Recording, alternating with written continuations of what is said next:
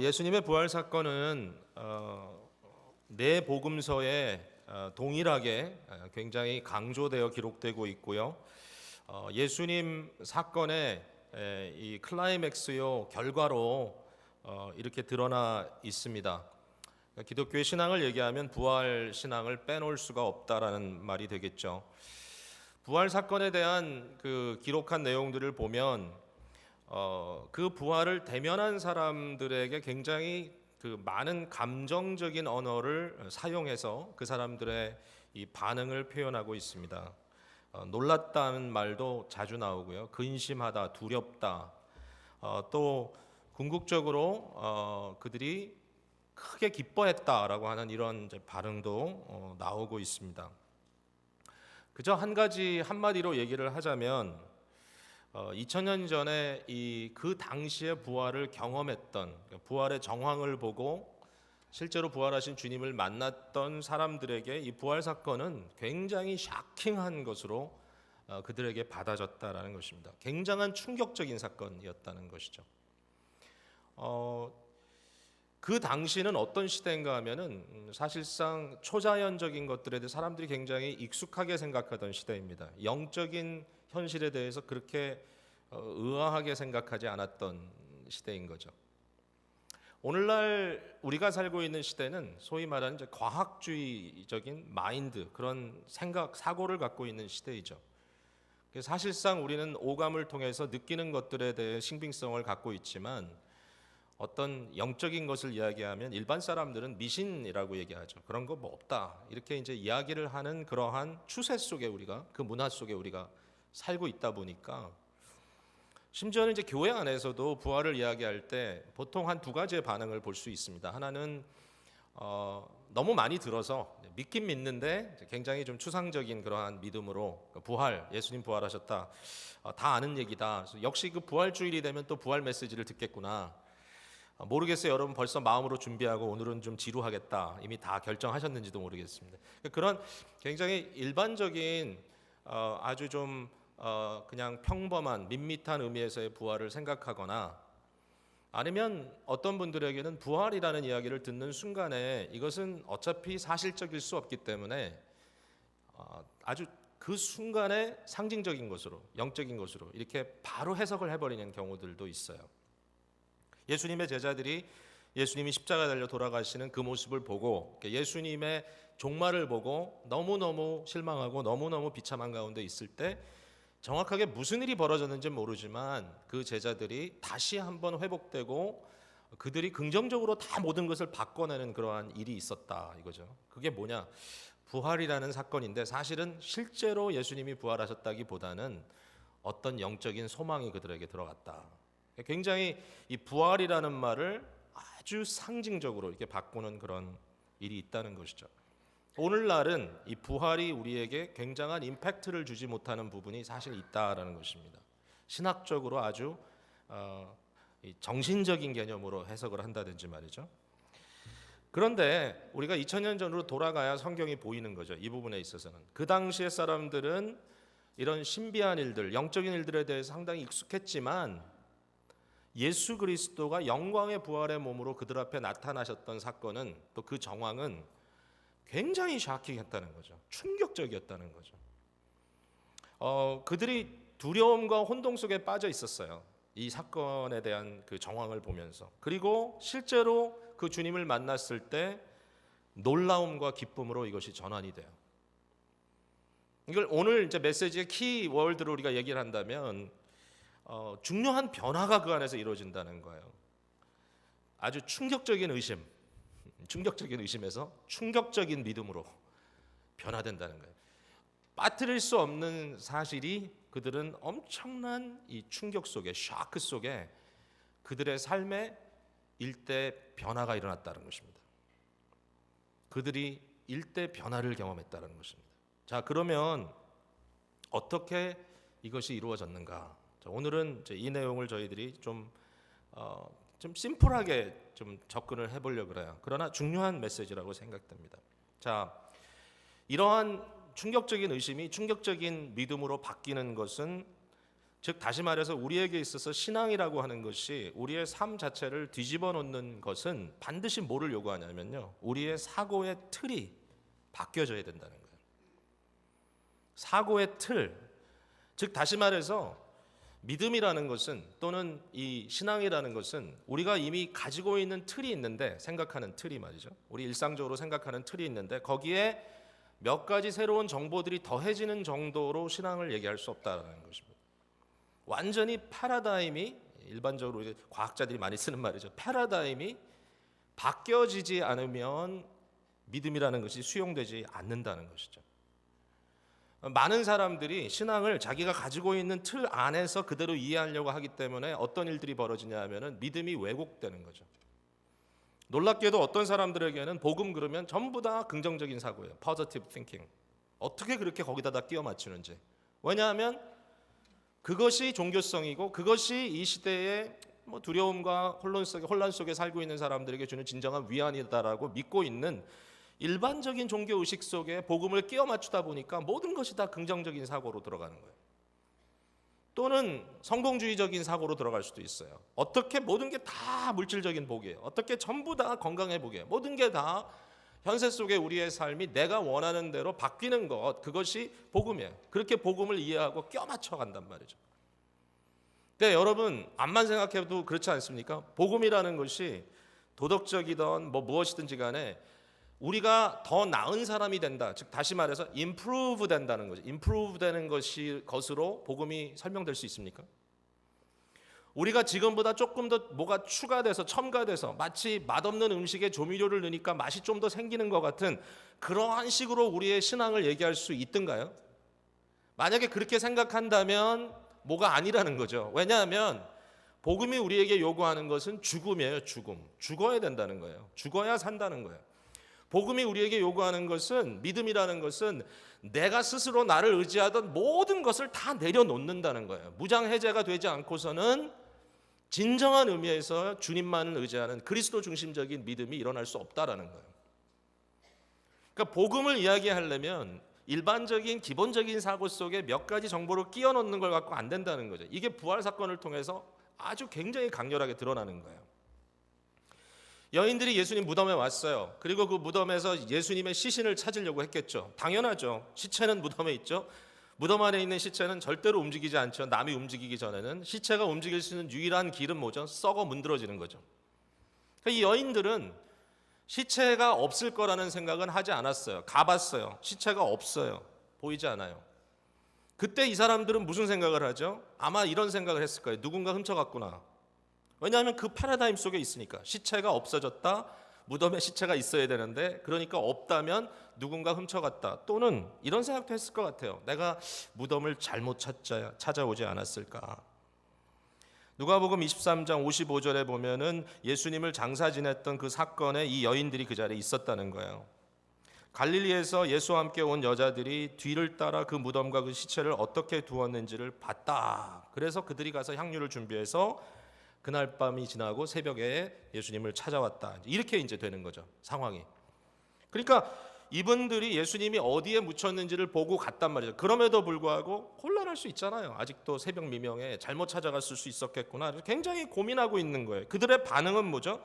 근심했다라는 거죠. 근심했다. 야, 이거 누가 가져갔든지 아니면 우리가 이거 완전히 지금 혼란스러워서 잘못 찾아왔는데 전혀 메이크 센스 안 하는데 어떻게 하면 좋겠는가. 이제 이게 그들의 상태라는 거죠.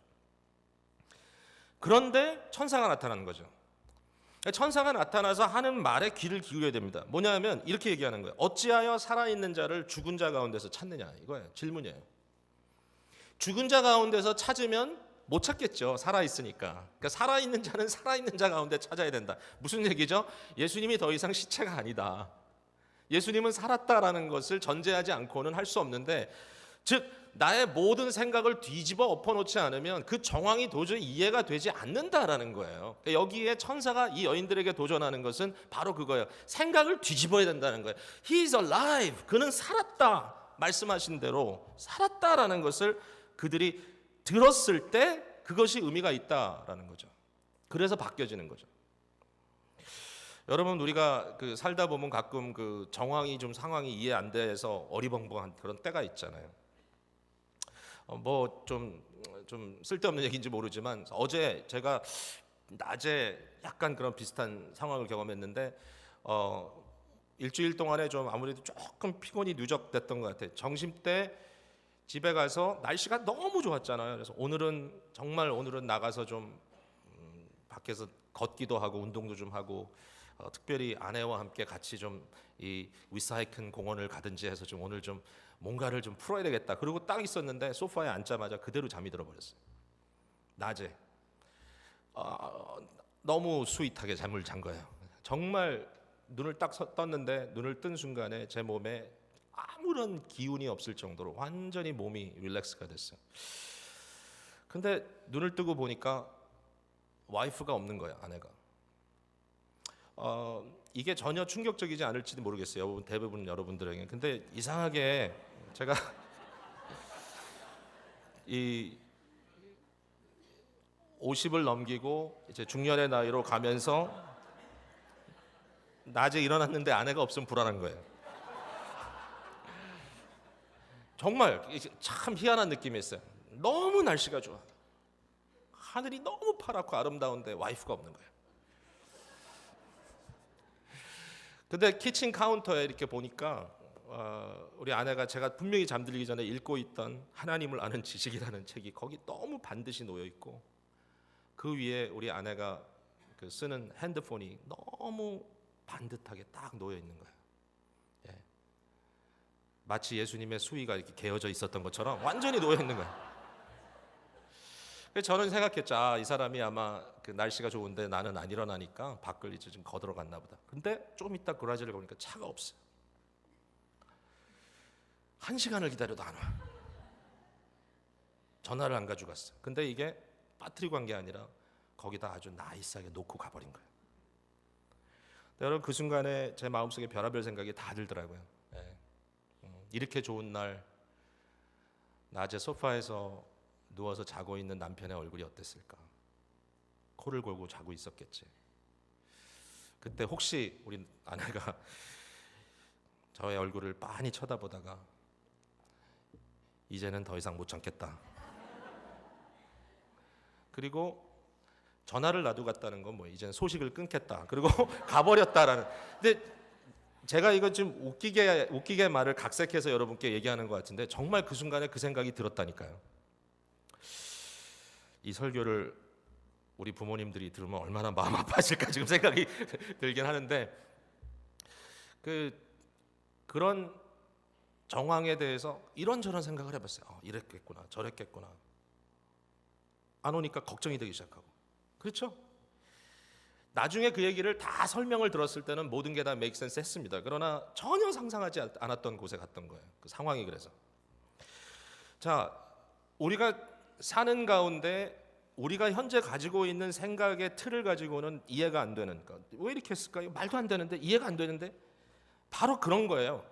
그 당시에 제자들이 느꼈던 예수님에 대한 그 부활 사건 느낌은.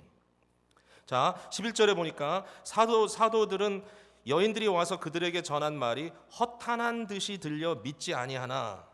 이 허탄한 듯이란 말 있죠. 허탄한 듯. 이 말이 무슨 말일까? 무슨 의미일까? 영어 성경에 이렇게 써 있더라고요. idle tale. idle tale 이게 무슨 말이야? 살펴봤더니 이 말은 무슨 뜻인가 하면은 말도 안 되는 얘기, 쓸데없는 얘기, 실없는 얘기, 잡담이에요. 잡담. 그러니까 이 말을 그들이 들었을 때 말도 안 되는 얘기로 들렸다는 거죠. 그들이 갖고 있는 사고 속에는 이 말이 아무런 의미를 주지 않았다라고 하는 것입니다. 적어도 베드로는 무덤을 향하여 달려가서 확인했었어요. 그러나 그도 결국 믿었다라는 얘기는 거기 나오지 않습니다. 그냥 놀랍게 여겼다. strange. 제가요 지난주 중에 이 부분을 가지고 이제 묵상하는데 영어 성경을 보고 또 우리 성경을 보고 또 어떤 단어들은 좀 이해가 안 되면 원문도 좀 보고 이렇게 보고 있는데 갑자기 이렇게 하나의 이미지가 떠오른 거 있죠. 여기에 그 무덤이라는 말이 등장하잖아요. 무덤. 영어 성경에는 이제 무덤을 tomb이라 그러죠. tomb, T-O-M-B. 근데 여러분 그런 말이 있죠. 인생은 뭐냐? 인생은 요람에서 무덤으로 가는 여정이다. 이걸 영어로 보면 from the womb to the tomb. 그러니까 우음이라는 말은 똑같은 그 스펠링 첫자만 달라요. 툼은 TOMB고 우음은 WOMB예요. 근데 이 우음이라는 말은 여성의 아기집, 자궁이죠. 또는 이것을 무엇이 발생하는 장소라고 하는 좀 보편적인 의미로도 사용하는 그런 단어거든요. 갑자기 여기에 예수님의 무덤이라고 하는 것을 보는 순간에 이게 툼이 아니고 새로운 생명의 현실이 태동하는 우음이구나라는 그런 이미지가 확 떠오른 거예요. 이것이 바뀌어졌을 때, 우리의 생각이 바뀌어졌을 때 갑자기 절망적인 이 데드엔드, 막다른 골목이 새로운 것이 태동하는 새 출발의 현장으로 바뀌는구나. 이 변화, 이 패러다임 시프트, 이것이 이루어질 때 믿음이라는 것이 느껴지기 시작한다는 것이죠. 여러분, 제 삶을 돌이켜보면 제 삶에 그런 그 느낌들이 있었던 것 같아요. 이해가 좀 되는 것 같아요, 이 상황이. 한 3번 정도 그런 느낌이 있었는데요. 제가 그 고등학교 다닐 때, 그때 10학년에서 11학년으로 넘어가는 그 여름방학 초에 평생 교회를 다녔어요. 정말 모태신앙이라고 이야기하죠. 그리고 교회에서 입교도 했어요. 그러니까 입교할 때 소율이 문답을 외우기도 하고 여러 가지 신앙적인 그러한 내용들을 배웠는데, 그때까지는 상황이 좀 어땠냐면은 이것이 이렇게 뭔가 다 꿰어지지 못하는 그러한 느낌이었어요. 꿰어지지 못하는 느낌이었어요. 그런데 어느 순간에, 그 순간에 변화가 일어나는 것을 체험했습니다. 그 변화는 무엇이었냐면, 그때 강사님이 이 말씀을 푸는 사경이었어요. 아침에 저는 요 앞에 앉아 있는데 그분이 로마서 8장을 가지고 구원의 서정을 풀어가는데, 그 말씀을 듣고 있는 순간에 제 머릿속에 단순히 그냥 또 하나의 정보가 들어온 것이 아니라 번뜩이는, 아주 번쩍하는 느낌이 있으면서 그 떠다니던 정보들이 하나로 꽉 꿰어 들어오는 듯한 느낌을 느꼈던 거예요. 이거구나. 느껴지는 거예요. 그 순간에 뭔가 꿰어지는 거예요. 제가 대학교 1학년 마지막 부분에도 비슷한 또 일이 있었는데요. 처음으로 성경 말씀을 통독하기 시작했어요. 일종의 의심의 스테이지를 지나가고 있었습니다. 대학을 가니까 또 그런 일이 있더라고요. 그러니까 믿었던 것도 도저히 다시 생각하게 되고, 굉장히 혼란스러운 시간을 지나가는데 성경을 다시 다 읽기 시작합니다. 처음부터 끝까지 쭉 읽어나가는데 그 성경을 읽는 과정 속에 또 그런 일이 벌어졌어요. 이거였구나. 말씀이 입체감을 가지고 들어오기 시작하는 거예요. 뭔가 그동안에 내가 기본적으로 갖고 있던 틀에서 이것저것 끼워 맞췄던 것들이 그대로 머무는 것이 아니라 완전히 새로운 형태로 쫙 다시 한번 구성되기 시작하는 겁니다. 신학교 3학년 때도 그걸 경험했어요. 졸업하기 바로 전에 마지막 학기에 그 강의를 듣는데, 그때 성령론이라고 하는 홀리 스피릿이라고 하는 강의를 제가 마지막 클래스로 듣고 있었어요. 근데 그 클래스가 끝나가는 그 무렵에 신학교 3년을 다니면서 나름대로 신학을 배웠지만 정리되지 않았던 그런 것들이 마치 동그란 원을 그리듯이 진주를 가지고 따로 떨어져 있던 것을 실로 엮어서 하나의 아름다운 목걸이를 만드는 것처럼 그 순간에 이것이 쫙 연결이 되면서 마음속에 아하 하고 느껴지는 거예요. 자, 이러한 사고의 전환이 이루어진단 말이죠. 자, 이러한 사고의 전환이 어떻게 이루어지느냐, 이것이 너무 중요하다는 거예요. 자, 제가 이 부분을 강조하는 이유는 이겁니다. 우리가 신앙생활을 한다고 하지만, 오늘 사실 기도하시는 집사님도 기도하면서 굉장히 번민하고 고민스러운 이야기를 하셨잖아요. 특세도 하고 주님의 고난에 참여한다는 그런 마음을 가지고 또 일주일 동안 근신하는 삶을 살아봤지만 나의 삶의 현장에서 큰 변화를 경험하지 못했다고 하는 너무 솔직한 안타까움이잖아요. 물론 그것을 굉장히 심플하게 이겁니다라고 하나로 말하기는 쉽지 않지만, 그럼에도 불구하고 이 시간에 믿음이라고 하는 공식에서 이야기를 한다면 왜 우리의 삶이, 우리의 생각이, 우리가 하고 있는 모든 일들이, 내 감정 상태가 변하지 않는가? 왜 똑같이 과거와 전혀 다를 것이 없이 여전히 똑같은 상황 속에서 나는 똑같은 반응만을 하고 있는가라고 질문을 한다면 거기에 중요한 답이 하나 있다면, 여러 가지 있지만 가장 중요한 답이 하나 있다면 이것이 내 삶 속에 새로운 패러다임으로 꿰어지지 못했기 때문이다. 사실상 나의 삶은 여전히 똑같은 세상적인 개념을 가지고 살아가고 복음이라는 것은 그냥 거기에 하나의 정보 정도로 끼어들어와 맞춰져 있다라는 거죠. 그것이 믿음의 역사로 말미암아 나의 삶의 새로운 것으로 완전히 전환되는 그 과정이 필요하다.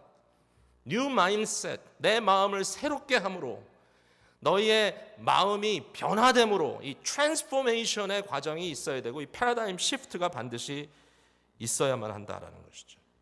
이 사고의 전환이, 이 틀의 전환이 어떻게 가능한가? 믿음에 대한 것은 오늘 말씀 속에 들여다보면 사실은 굉장히 당연한 얘기입니다. 우선적으로 거기에는 말씀이 있어야 되고요. 객관적으로. 그 다음에 또 하나는 말씀만이 있는 것이 아니라 그 말씀을 받는 당사자인 우리 속에 심령이 열리는, 마음이 열리고 마음이 마치 이 꽉 돌처럼 꽉꽉 재어 있던 것이 다시 완전히 들려지고 그 안에 땅이 드러나고 거기에 무언가 새로운 것이 심겨지는 듯한 그러한 역사가 일어난다라는 것이죠. 자, 이 여인들의 경우에 보면 그렇습니다. 그들이 굉장히 근심하는 그 순간에 천사가 그에게 하는 말 있죠. 어찌하여 살아있는 자를 죽은 자 가운데서 찾느냐. 그때 그들이 이렇게 얘기했습니다. 여기 계시지 않고 살아나셨느니라. 갈릴리에 계실 때에 너희에게 어떻게 말씀하셨는지를 기억하라. 기억하라. 이르기를 인자가 죄인의 손에 넘겨져 십자가에 못 박히고 제3일에 다시 살아나야 하리라 하셨느니라 한데 그들이 예수의 말씀을 기억하고, 여기에 그들이 예수의 말씀을 기억했다라는 말은 단순히 그냥 한두 가지 말이 떠올랐다라는 의미는 절대로 아닐 것 같아요. 3년 동안 주님께서 그토록 그들에게 이야기했던 것, 정말 주님께서 반복해서 말씀하셨던 그것이 머릿속에 꿰어졌다라는 것이죠. 좀 전에 제가 설명드린 대로 아하 하는 경험이 일어났다는 것이죠. 아, 이거였구나. 주님이 하신 말씀이 바로 이거였구나라고 하는 것이 깨달아졌다는 거죠. 그렇게 되니까 어떤 일이 벌어졌죠? 그들이 무덤을 떠나서 예수님의 부활 사건을 증거하기 시작했다는 것입니다. 우리가 읽지 않았지만 엠마오에 가는 제자들에게 나타나신 주님의 일도 똑같습니다.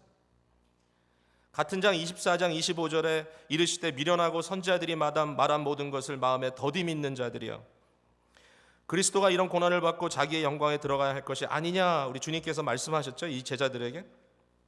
이에 모세와 모든 선지자의 글로 시작하여 모든 성경에 쓴 바 자기에 관한 것을 자세히 설명했다라는 거예요. 그 순간에 예수님께서 말씀을 그들에게 다시 베풀어 주셨습니다. 그리고 그들과 함께 거하셨죠. 그들에게 떡을 떼셨죠. 무슨 일이 벌어졌죠? 31절에 그들의 눈이 밝아져서 그를 그인 줄을 알아봤다라는 것입니다. 눈이 밝아졌다. 그때에 32절에 얘기하죠. 그들이 서로 말하되, 길에서 주님께서 말씀하시고 우리에게 성경을 풀어주실 때에 우리 속에서 마음이 뜨겁지 아니하더냐. 여러분, 연결됩니까? 여러분, 마음이 이것과?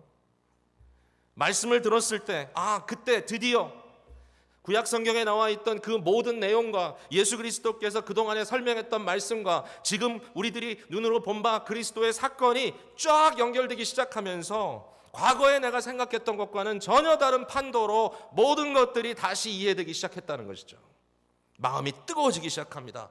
예, 그렇습니다. 정말 그렇습니다. 여러분, 정말 예수 그리스도의 말씀과 그의 증거가 나에게 입체감 있게 다가오는 그 순간에 느껴지는 느낌이 바로 그런 겁니다. 아하, 머릿속에 모든 것이 갑자기 명쾌해지는 것과 함께 우리의 심령에 뜨거운 감동이 있는 거예요. 아하, 이거였구나.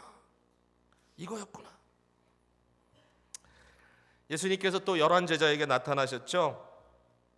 38절에 예수께서 이르시되 어찌하여 두려워하며 어찌하여 마음에 의심이 있느냐. 주님께서 자기 자신의 다시 부활하신 몸을 보여주셨습니다. 근데 그뿐만이 아니죠. 44절에 또 이르시되 내가 너희와 함께 있을 때에 너희에게 말한 바 곧 모세의 율법과 선지자의 글과 시편, 구약성경이죠, 나를 가르쳐 기록된 모든 것이 이루어져야 하리라 한 말이 이것이라 하시고. 45절 같이 한번 읽어볼까요? 시작. 이에 그들의 마음을 열어 성경을 깨닫게 하시고. 이거죠. 그들의 마음을 연 거죠. 그 순간에 그들의 마음이 팍 열린 거예요. 그 순간에 아하 이거였어요. 아 이거구나. 그동안에 주님께서 말씀하신 것, 우리가 읽었던 구약성경의 내용, 그리고 우리가 직접 목격한 예수님의 죽으심과 그의 부활 사건, 이것이 아하 이거구나. 그들의 마음이 열린 겁니다. 하나님의 말씀이 있어야 되고요, 우리의 마음을 여시는 성령의 역사가 있어야 되는 거죠. 이 두 가지가 합쳐질 때 믿음의 역사가 우리 안에 일어나는데, 이 믿음의 역사가 아하하고 우리 속에 역사하고 우리의 심령이 뜨거워지는 그러한 역사가 우리 속에 없다면 우리는 여전히 어떻게 보면 우리가 일상적으로 알고 있는 것에 그냥 몇 가지만 끼워 맞추려고 했다라는 것이죠. 깨달아져야 되는 거죠. 순간에 아 이거구나. 성령께서요, 하나님의 말씀을 우리에게 증거하실 때요, 단순히 말씀만 이렇게 가르치시는 게 아니에요. 그 신학적인 어떤 개념으로 굉장히, 제가 개인적으로 굉장히 의미 있게 감사하게 생각하는 게 뭐냐면, 성령께서 하시는 일 중에 성령이 하나님의 말씀이 옳다는 사실을 우리에게 설득하시기 위해서 그가 증거한다, 그런 게 있어요. 성령의 내적 증거, 성령의 내적 증거, inner testimony of the Holy Spirit. 근데 그거 무슨 얘기냐? 저는 이렇게 그걸 생각을 해요. 여러분, 그 구약 성경에 거룩하다는 단어가, 카봇이라는 단어가 무겁다, 영광이라는 단어거든요. 영광이라는 단어가 무겁다라는 그런 의미를 갖고 있고, 거룩하다는 것은 그런 일종의 무게감이에요. 무게감. 그래서 성령의 존재적 무게감이 있다고 저는 생각해요. 성령을 어떻게 무게로 얘기하겠어요? 그러나 거기에는 정말 우리가 감당할 수 없는 영적인 중압감이 있다라고 생각해요. 성령의 존재가 우리 안에 오셔서 우리의 마음을 깨부수시는 거예요. 여러분, 얼마나 우리의 마음이 단단하고 얼마나 우리의 마음이 돌짝밭 같으면 성령께서 직접 오셔서 그의 존재적인 무게감을 가지고 우리를 누르셔야 될까? 근데 그렇게 하신다는 거예요. 오늘 이 시간에도 제가 여기 앞에서 말씀을 전하는 이 말의 소리가 어떤 힘이 있겠어요. 그러나 정말 이 말씀이 여러분의 심령에 들어가고 이 말씀이 심령 속에 여러분의 변화를 일으키고 뿐만 아니라 이것이 정말 새로운 믿음의 역사로 우리에게 나타난다면 그건 무슨 뜻이겠어요? 그것은 성령님의 존재적 무게감이 지금 우리의 마음을 깨부수고 있다는 거예요. 이게 성령께서 하신 일이에요. 예수 그리스도가 입체적으로 느껴져요. 단순히 지식이 아니에요. 단순히 그냥 몇 가지 정보가 아니에요. 예수님이 우리 속에 변화를 일으키는 거예요. 진짜 주님을 만난 것이 너무 감격스러운 거예요. 너무너무. 오늘 예배 중에 전 예람 자매 입교를 할 건데요, 이 자매가 입교를 하는 이유는 어린 시절에, 어렸을 때, 아기 때 천주교에서 영세를 받았다 그래요. 근데 사실상 교회를 쭉 다니지 못했기 때문에 사실은 새롭게 믿는 것과 동일합니다. 한 3년 전에 저희 교회 출석하기 시작하고 다시 그 마음속에 주님의 말씀이 이렇게 들어갔어요. 입교를 준비하기 위해서 몇 달 동안 공부를 했어요. 남편도 함께 조인해가지고 그 베이직 크리스찬이티라고 하는 책을, 신앙의 기초적인 책을 다 공부를 했어요. 어제 아침에 입교 문답을 했어요. 장로님들이 둘러앉아서 우리 예람자매한테 이런저런 좋은 얘기도 하고 질문도 던집니다. 너무 분위기가 좋았습니다. 전혀 무거운 분위기가 아니었습니다. 그런데 제가 마지막에 질문 하나 던졌어요. 자매님, 예수님과의 관계에 대해서 한번 설명해 주세요. 근데 그 말을 딱 하고 그 자매가 입을 여는 순간부터 제가 그 눈에서 변화를 봤어요. 그 눈에서 눈물이 고이기 시작하는 거예요. 그 순간부터. 그리고 사실은 솔직히 제가 여러분께 말씀드리면 그 다음부터는 그 자매의 말이 들리지 않았어요. 그 순간부터 감당할 수 없는 눈물이 그 자매의 눈에서부터 흘러내려요. 끝나고 기도를 하는데도 계속 흐느껴요. 그게 뭘까라는 거죠. 그게 뭘까? 물론 감정적인 것만을 얘기하는 게 아니에요. 왜 예수님을 만난, 예수님에 대한 관계를 설명하라 그러는데 그 설명하는 순간부터 눈물이 쏟아지는 걸까? 여러분, 이게 성령의 존재적 무게감이라고 저는 생각합니다. 마음에 오셔서 마음을 변화시키는 거예요. 여러분, 무덤이라고 하는 것은 최고의 절망이에요. 그러나 부활은 최고의 소망이에요.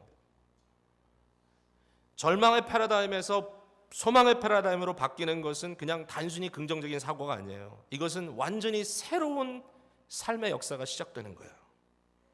사랑하는 성도 여러분, 아마도 믿음에 대한 헌신을 여러분들이 자주 하셨으리라고 생각해요. 그리고 열심히 애를 써서 꾸준히 믿음으로 살려고 여러분 참 노력하고 있다고 생각해요. 믿음으로 살려고 한다. 올바로 살아야 되겠다고 생각한다. 소망을 품고 가야 한다. 근데 어렵죠. 어렵습니다. 가정적인 면에서도 그렇습니다. 주님의 말씀이 있기 때문에 평화를 지키고 화평하며 정말 힘들고 어려운, 정말 차이가 많지만 성격도 차이가 나고 기대감도 차이가 나고 어렵지만 그러나 그냥 함께 믿음으로 기도하며 가야 된다고 생각하는 것. 자녀들의 문제이건 부모의 문제이건 돈에 대한 문제이건 여러분이 가지고 있는 물질관, 이것도 내가 물질에 대해서 이렇게 생각하면 안 되지 저렇게 생각하면 안 되지, 정말 주님 앞에 헌신된 마음으로 살아가야지. 어떨 때는 사역을 위해서 내가 감당할 수 없을 만큼 헌신하는 분들도 계시고, 그러한 것들이 왜 될까? 무모한가? 말도 안 되는가?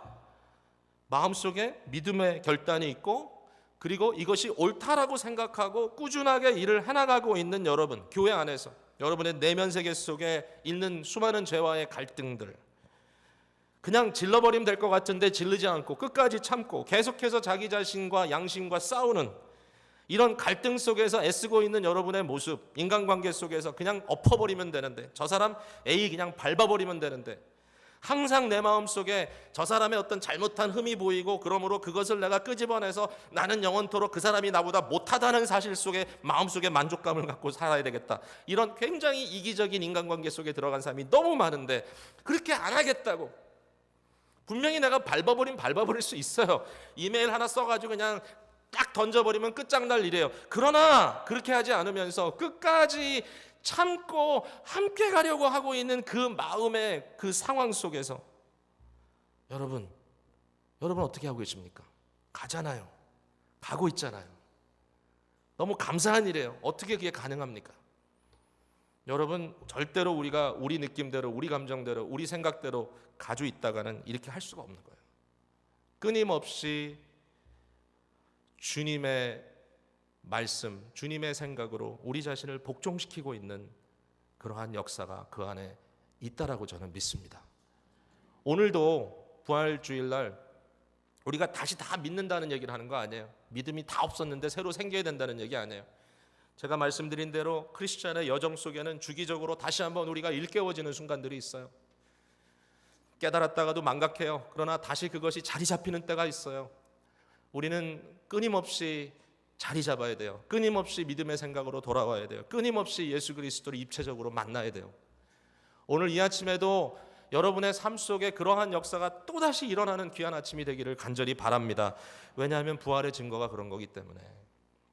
거기에 소망이 있어요. 정말 소망이 있어요. 우리는 정말 변할 수 있어요. You can change. 우리 바뀔 수 있어요. 그거 믿고 가는 거예요. 그리고 하고 계세요 지금. 이 교회가 더욱더 새로운 믿음의 패러다임으로 변화되는 귀한 교회 되기를 주님의 이름으로 축복합니다. 기도하겠습니다.